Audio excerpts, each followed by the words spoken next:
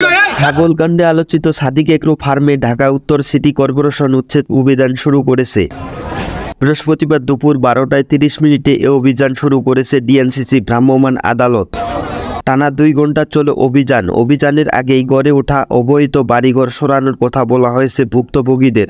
তবে অবৈধ বাড়িঘর সরে নিলেও মূল ভুক্তভোগী এগ্রো ফার্মের মালিক ফার্মের গরু ও ছাগলকে সরায়নি। তাই অভিযান শুরু করার পূর্বে ফার্মের ভিতর থাকা কিছু ছাগল ও দুম্বাকে সরিয়ে নেওয়া হয়েছে নিরাপদে। সেই সাথে ছাগলকাণ্ডে আলোচিত সেই ছাগলকেও সরিয়ে নিরাপদে রাখা হয়েছে। তবে এখনও খামার থেকে গরু সরানো হয়নি। খামারে যে জায়গায় গরু রাখা হয়েছে সে জায়গা খালের সীমানায় পড়েনি বলে জানিয়েছে ডিএনসিসি সম্পত্তি বিভাগ সূত্র। এর আগে দুপুর 12টার দিকে 3টি ব্যাগ হোল্ডার, একটি হুইল এক্সকেভেটর ও একটি পোলোডার নিয়ে হাজির হন সিটি কর্পোরেশনের ভ্রাম্যমাণ আদালত।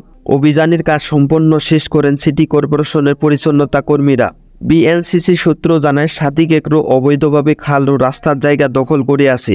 তাই সাদিক এগ্রো উচ্ছেদ করতে বুধবার ডিএনসিসি ঢাকা সম্পত্তি বিভাগ থেকে ঢাকা মহানগর পুলিশ কমিশনারকে একটি চিঠি দেওয়া হয়।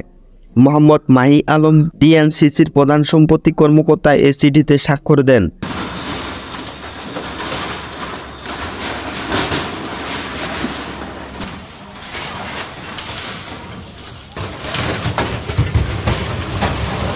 পোলাপান না খায় পৃথিবীতে করতেছে গো, আমি ডরে।